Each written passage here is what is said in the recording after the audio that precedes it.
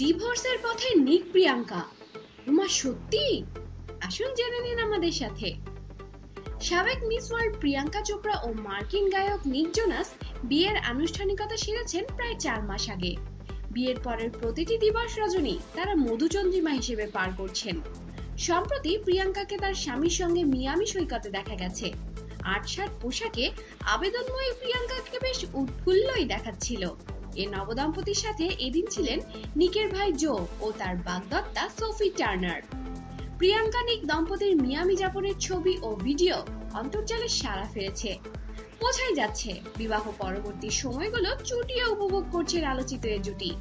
কিন্তু এরই মাঝে আন্তর্জাতিক কিছু গণমাধ্যমের প্রতিবেদনে এ দম্পতির বিবাহ বিচ্ছেদের খবর উঠেছে।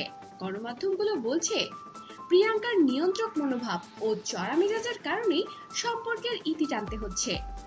আরো বলা হয়েছে কাজ কিংবা পার্টি অথবা একসঙ্গে সময় কাটানো সবকিছুতেই তাদের মধ্যে কলহ লেগেই থাকে। এসবের মূল্য এখন প্রিয়াঙ্কা নিককে দিতে হচ্ছে। তাদের বিয়ে এখন সুতার উপর ঝুলছে। প্রতিবেদনে আরো বলা হয় বিয়ের সময় প্রিয়াঙ্কাকে বেশ শান্ত ও স্বাচ্ছন্দ্যময় মনে হয়েছিল নিকের, কিন্তু বিয়ের পর প্রিয়াঙ্কার মধ্যে নিয়ন্ত্রক মনোভাবের দেখা পাননি। সেই সঙ্গে যোগ হয়েছে প্রিয়াঙ্কার চড়া মেজাজ। এমন বক্তব্যই এসেছে আন্তর্জাতিক গণমাধ্যমগুলোর প্রতিবেদনে। তবে প্রিয়াঙ্কা চোপড়ার প্রতিনিধিরা এসব খবর একেবারেই উড়িয়ে দিয়েছেন।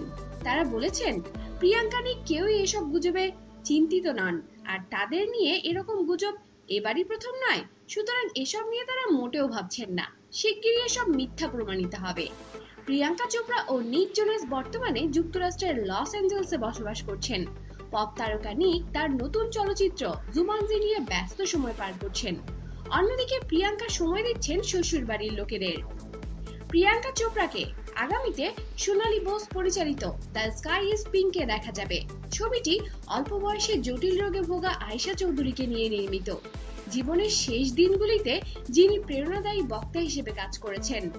এতে আরো রয়েছেন দাঙ্গল কন্যা জাইরা ওয়াসিম, নির্মাতা অভিনেতা ফারহান আখতার ও রোহিত সারাফ। 2 বছর পর এই ছবি দিয়ে বলিউডে ফিরবেন প্রিয়াঙ্কা চোপড়া।